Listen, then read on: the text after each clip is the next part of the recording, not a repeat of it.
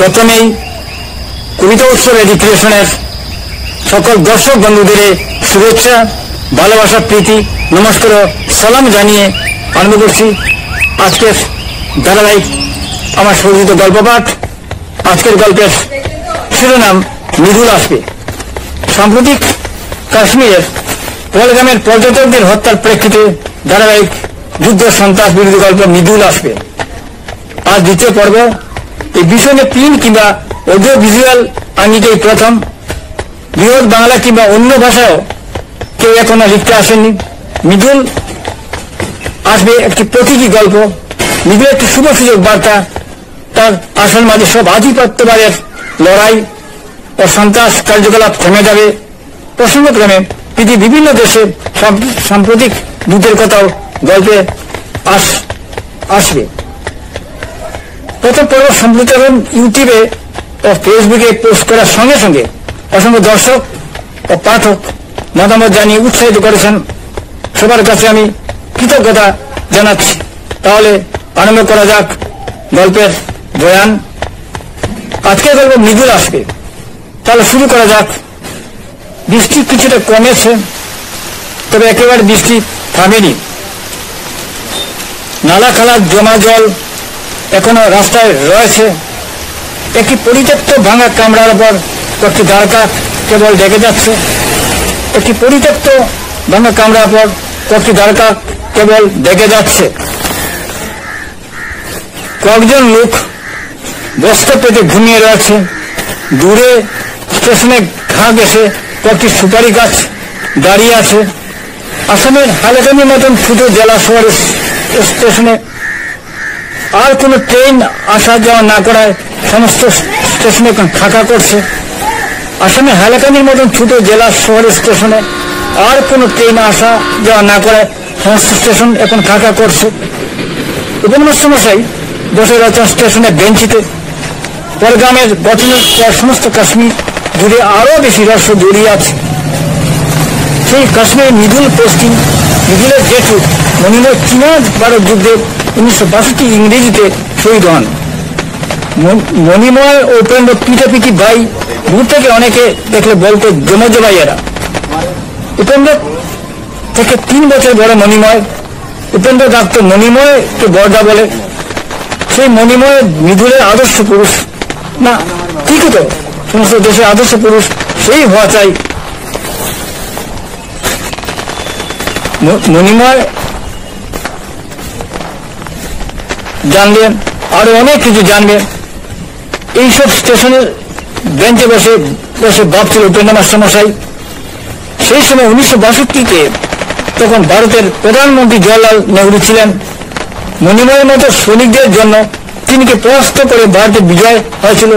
সেই ভারত চীনের যুদ্ধে শহীদ হন মণিময়। উপেন্দ্রের দাদা মণিময়ের কাছে বারবার শুনেছে সে স্বর্গে আছে, অর্থাৎ তিয়াংজুতে রয়েছে।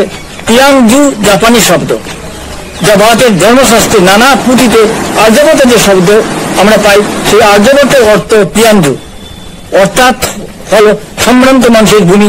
সেই আর্যভট্ট নিয়ে যুদ্ধ ভারত ও চীনের সীমান্ত রেখার মধ্যকার ম্যাকমোহন লাইন নিয়ে বিরোধ সংঘাত, প্রসঙ্গসূত্র, নেট এবং বিভিন্ন ঐতিহাসিক গবেষণা গ্রন্থ থেকে। রোদ উঠেছে, জল বলে বৃষ্টি নেই। হঠাৎ কে যেন ডাকলো। সমিত ফিরে তাকালে, বন্ধু ফিরে উপেন্দ্র না? হঠাৎ এখন 7 সকালে বলো অমূল্য। উপেন্দ্রের বাল্যকালের স্কুলের সহপাঠী। ফিরে পিছন ফিরে তাকাল উপেন্দ্র। মৃদু এসে উপেন্দ্র বলল, অমূল্যের কথার উত্তরে, আজ ট্রেনে আমার ছেলে মৃদুল আসবে। আবার হাসলে উপেন্দ্র। বহু পথ পর দেখা, সেই ছেলেবেলার পর দেখা হয়নি। উপেন্দ্র গড়গড় করে বলতে লাগলো, বিয়ে করছিস? ছেলেপুলে কজন? উপেন্দ্র গড়গড় করে বলতে লাগলো, বিয়ে করছিস? ছেলেপুলে কজন? একদিন বাসাতে আয়, সব জানবি। রেল স্টেশনের পাশেই বাসা, আর লাগোয়া স্টেশনে আসার মুখে আমার দোকান ও টি স্টল। এই অমূল্য মনে আছে? আমাদের গভর্নমেন্ট ভিক্টোরিয়া হাই স্কুলের 9ম ক্লাসের স্যার বজন্নম মালাগার মাস্টারমশাই এর কথা। ক্লাস ফাঁকি দিয়ে আম কুড়িতে প্রায় সামনে মাঠে আম বাগানে যেতাম আমরা। হঠাৎ একদিন ধরা পড়ে যায়।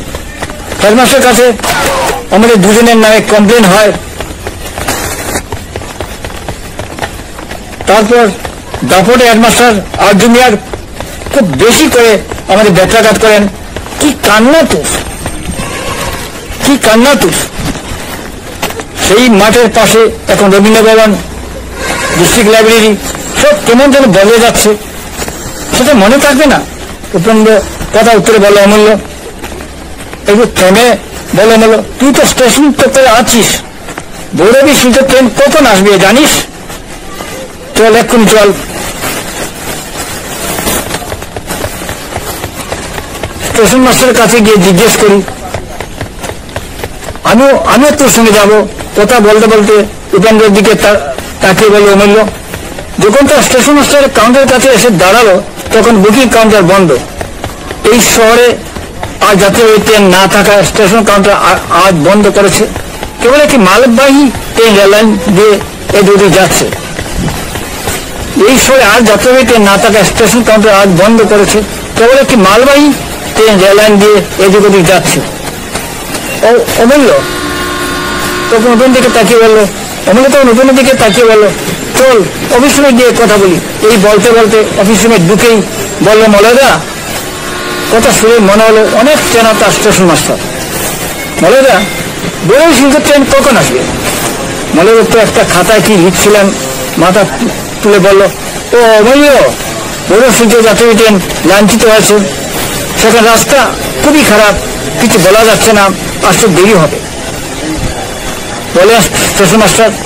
হতাশ হলেন উপেন্দ্র, মুখটা বিষণ্ণতায় কালো মেঘের মতো হয়ে গেল। সেই সময় উপেন্দ্রের ব্যাগে টেলিফোন বেজে উঠল। হতাশ হলেন উপেন্দ্র, মুখটা বিষণ্ণতায় কালো মেঘের মতো হয়ে গেল। সেই সময় উপেন্দ্রের ব্যাগে টেলিফোন বেজে উঠল। টেলিফোন তার কাঁধে ঝুলা বেগে রেখেছেন। ঝড় বৃষ্টির মধ্যে যেমন বিদ্যুৎ চমকায়, ঠিক তেমনি বেগে টেলিফোন খুঁজতে লাগলেন। তখন এক নিমিষে উপেন্দ্রের মুখ জলমলে হয়ে উঠল। তাহলে মৃদুল আসবে, সম্ভবত মৃদুলের টেলিফোন নিয়ে বিড়বিড় করে বলে সদুক্তির মতো, না মৃদুলের নয়। নাম বেশি উঠল সুমা বৌদি মণির ফোন।